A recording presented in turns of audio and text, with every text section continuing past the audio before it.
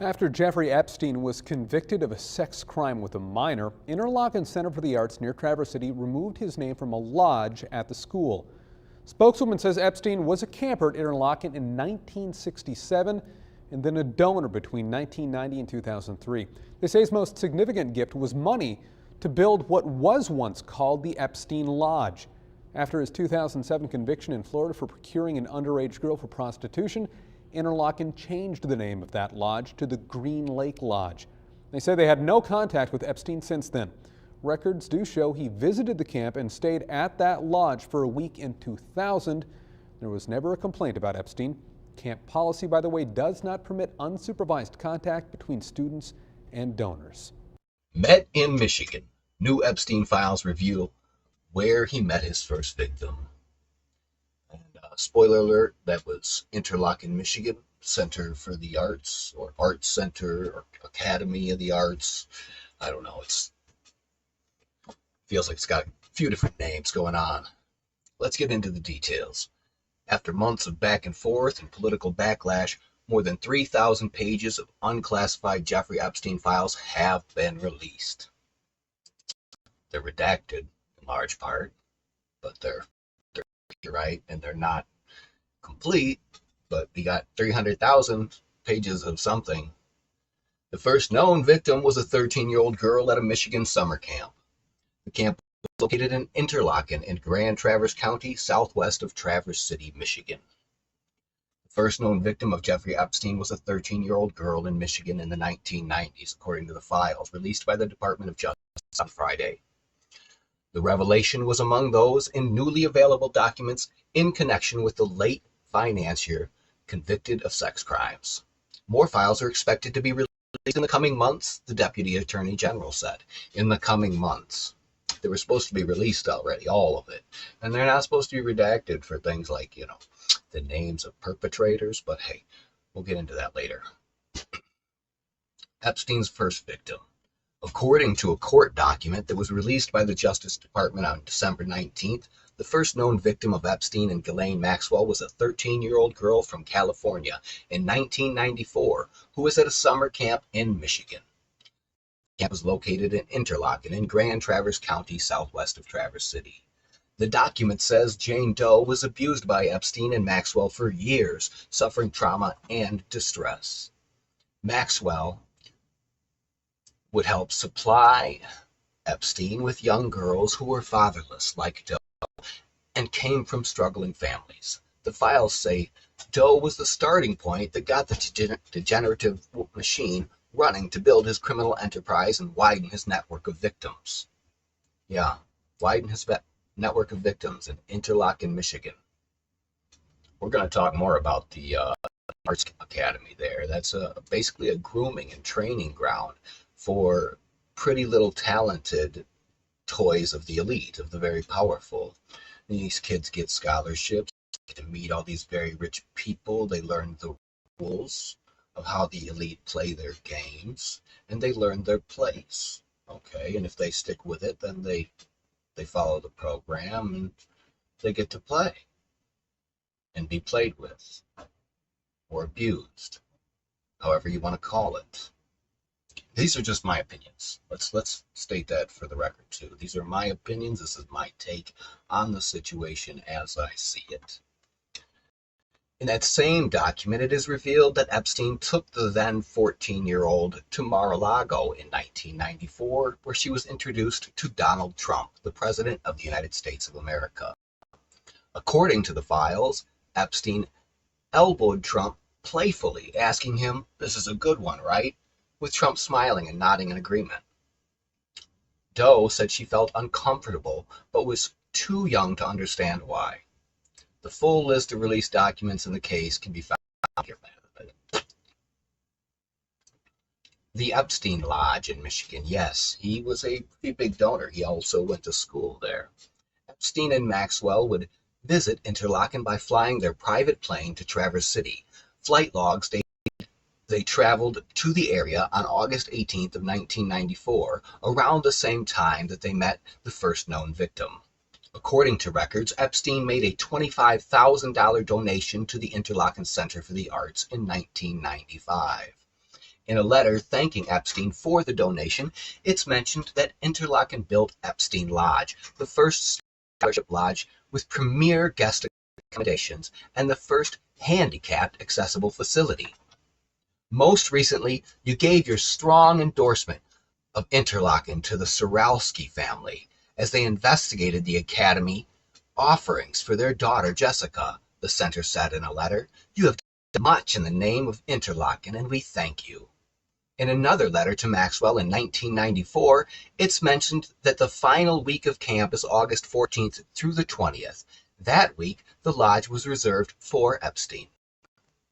Please convey to Jeffrey how pleased we are to have such a facility on our campus. In fact, the president-elect will be staying in the lodge until his family's furniture arrives.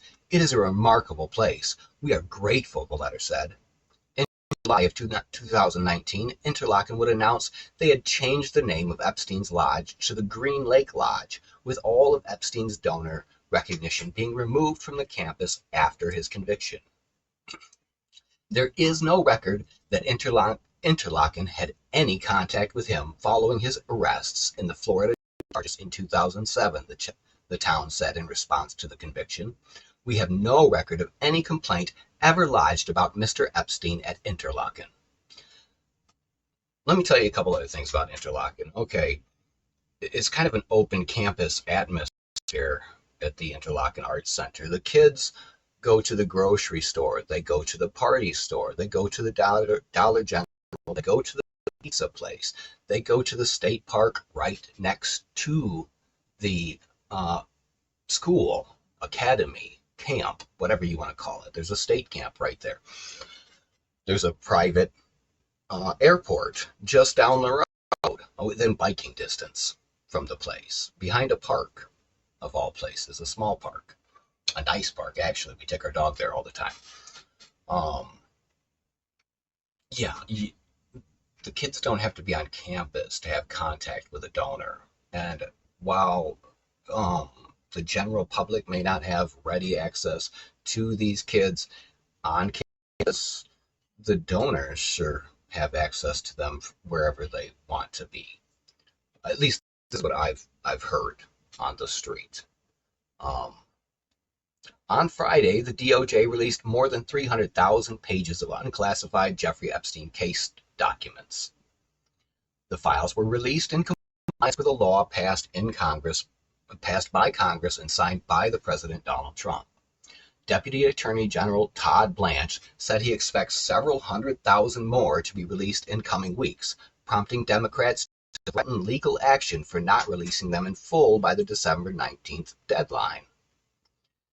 Epstein, a wealthy financier, was known for socializing with celebrities, politicians, billionaires, and the academic elite, including Trump and Clinton.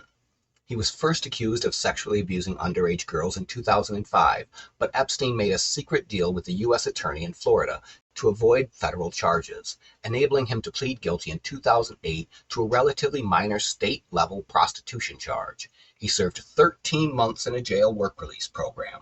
In 2019, Manhattan federal prosecutors revived the case and charged Epstein with sex trafficking, alleging he sexually abused dozens of girls. He killed himself in a jail a month after his arrest. I'm not so sure that he killed himself, but that's a whole other ball of worms, a whole other bag of doo-doo to fuss with, and I don't know if we want to. This happened to me. These were adults that surrounded me and told me these were appropriate behaviors and told me that this should be expected of me. And that was not okay. And I just, that's what angers me. What's happening is that Interlochen's making this statement of saying donors are never around students unsupervised. No, I don't even want to hear that. Like, it's so wrong. Well, just to to me, give you an example, when we would get down to the performance, go ahead.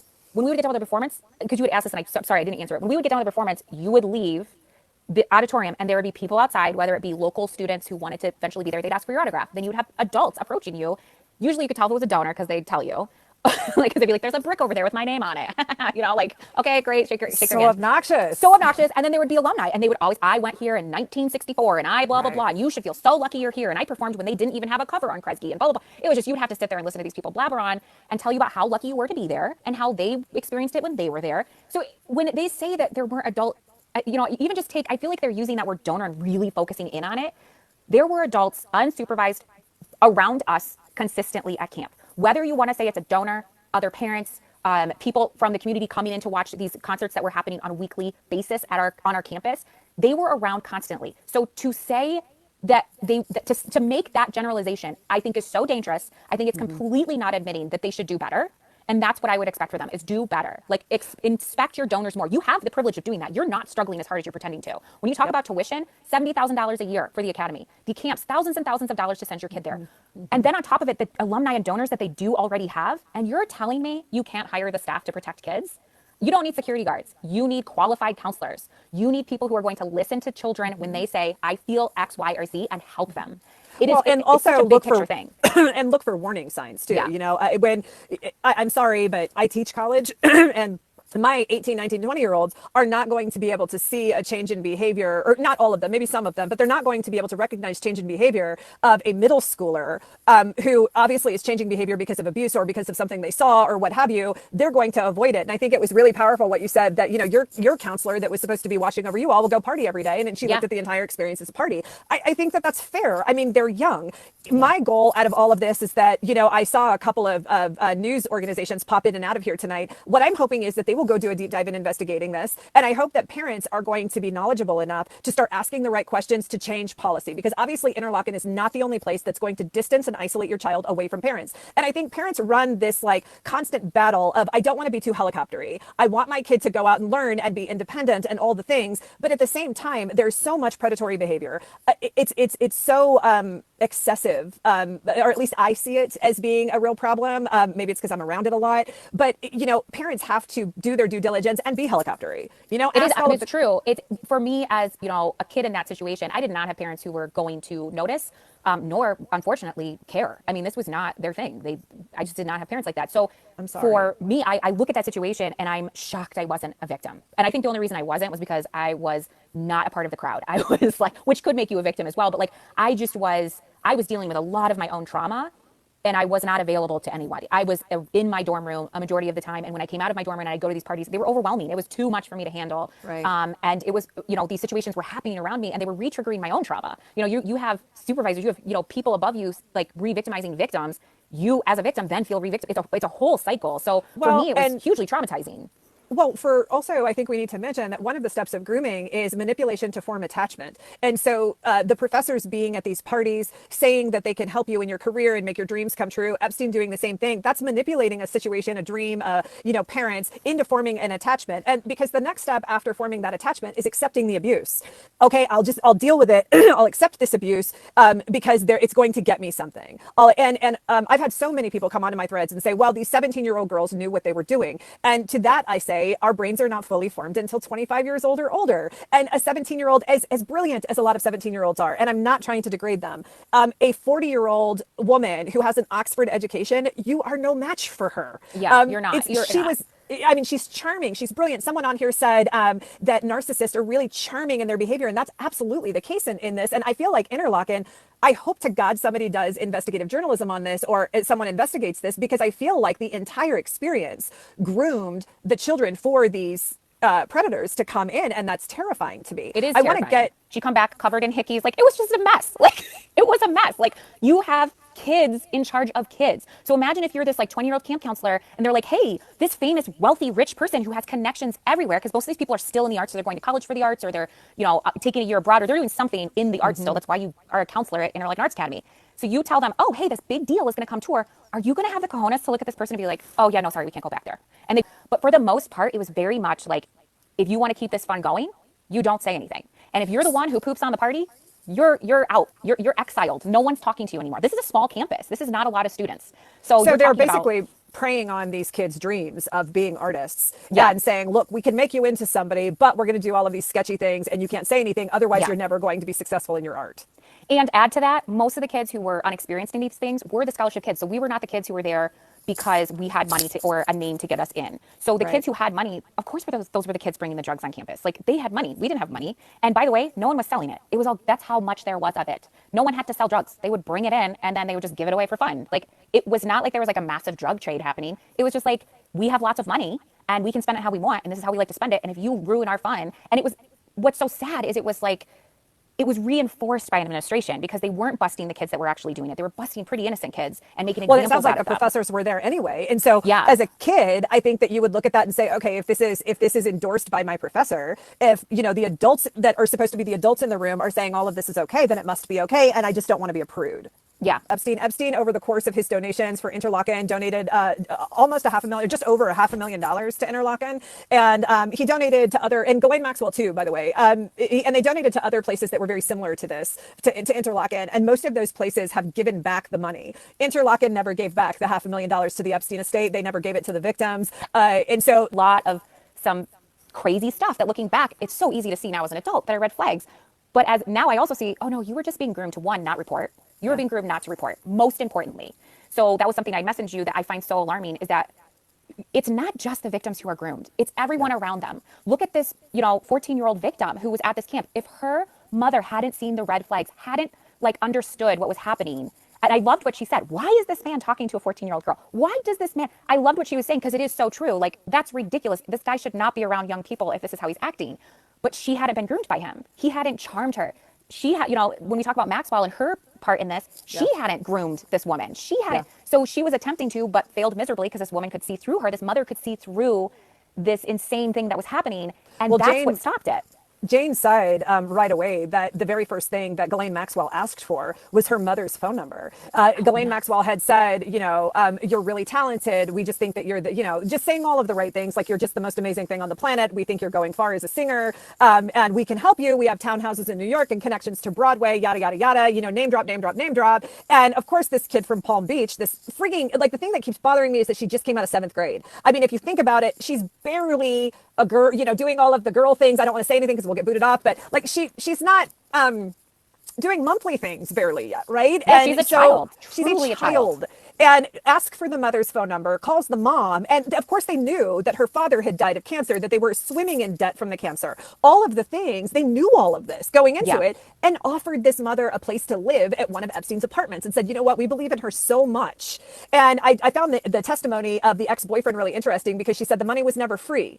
The money that they gave me, the apartment that they gave me was never free. And it sounds like that's echoed in the Interlochen experience that, yes, they gave you a scholarship, but all of these things that they put you all through, it wasn't free. The fact that the really young ones, the middle schoolers, were in socks that identified them as 13 and 14 years old, this is kind of everything that you're talking about is kind of a dream for a predator because it's very lax security, they've developed a need and almost this this need for these donors to like them. It's kind of like the ultimate pick me culture. It's like, oh, pick me, I'm gonna perform for you, and the donor the whole time, it's easy pickings, right? And that it's wild to me, just the lack of oversight. And to remind everyone, Jane was at Interlochen in 1994, so this was in the mid 90s. She was 14 years old, just coming out of the 7th grade. She was a performer, and that's something else that we need to talk about because artists are generally going to be more outgoing, and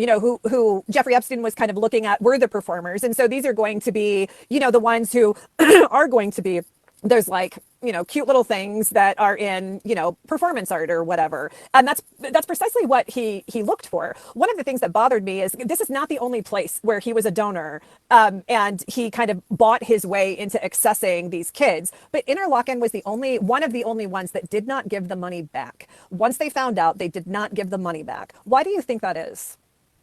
This was my escape. Getting into this camp and getting a scholarship was my way to get out of that horrible world. Sure. So when I came to Interlochen, I was just like the most naive idiot you ever met. I was so naive. So I go to the camp. They offer me an opportunity, the camp is a huge gateway to the academy. If you don't get into the academy on your own, go to the camp, and they tell you come to the camp, and they might notice you. The instructors might give you a recommendation. So I got a recommendation, and I was recommended to the academy. I auditioned, got in. Short story. So I go to the academy, and just like at camp, there were weekly parties. There was a student planning committee that was supervised by a teacher, by a professor. We always called them professors, that would plan these parties. And one of the parties that sticks out in my head, there was always alcohol and there was always drugs. Always drugs and always alcohol. And I'm not talking a little bit. Like The amount was astounding. I mean, it was nuts. And one of the first parties I remember going to was a pajama party. Okay. So me, All minors. being an idiot, all minors, being an idiot, goes in my pajamas, literal pajamas. Okay. I show up at this party and two of the big student areas where all the classrooms are big like octagons. And there's big seated benches that go around to this big circle octagon and there's classrooms off of each one, kind of set the picture. They had taken black yarn and taped it from the ceiling to this big square block, multiple in this big octagon. And there were students dancing in these quote unquote created cages in lingerie. So like boys, like, I mean, we had a huge LGBTQ plus community there. So they're dancing in thongs and then there's girls dancing in straight up Victoria's Secret, like lingerie. And I'm just sitting there like, okay, this is kind of cool, but also I'm in like pajamas with hearts on them. Like, I'm like, what is happening? This is not a pajama party to me. And they're like, oh yeah, this is our annual lingerie party.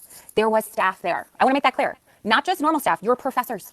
Your professors are there. Like, this was wild. And this is just, and how it was narrated to me by students who had been there longer than me. And then also just like in general, just the atmosphere was kind of like, well, you guys work really hard. You guys need to blow off steam. This is your opportunity. This is your chance to party and have fun. And, you know, you work hard. So go for it. Like, why are you even like not, that's how we were treated, was basically like, and it is true. We did work very hard. You're in school. Our school days were different than most schools because we had Mondays off to allow for like doctor's appointments and things like that because we had to go off campus for them. So they would have class from Tuesdays till Saturdays, and then almost every Sunday, no matter what you were in, you had rehearsals of some kind or practice or whatever kind of major you were doing that all day Sunday. So Sunday night was our night. That was the night we got to relax and we got to sleep on Mondays. You know, it was like, you're going to sleep till 4. So we have a lot of questions coming in because yeah, sorry, I know it's a crazy story. It's a nutty story. Well, but it's setting the stage because this all makes perfect sense why there would be predators literally bouncing around that place. Yeah. Like it makes perfect sense why in the middle of nowhere, in the worst, like what you say, kind of the sketchy lake of Lake Michigan, it's not the best part. They're having lingerie parties with minors and professors, and there was booze there with a bunch of minors. And these are areas that the parents are not allowed to go into. That's crazy. Okay.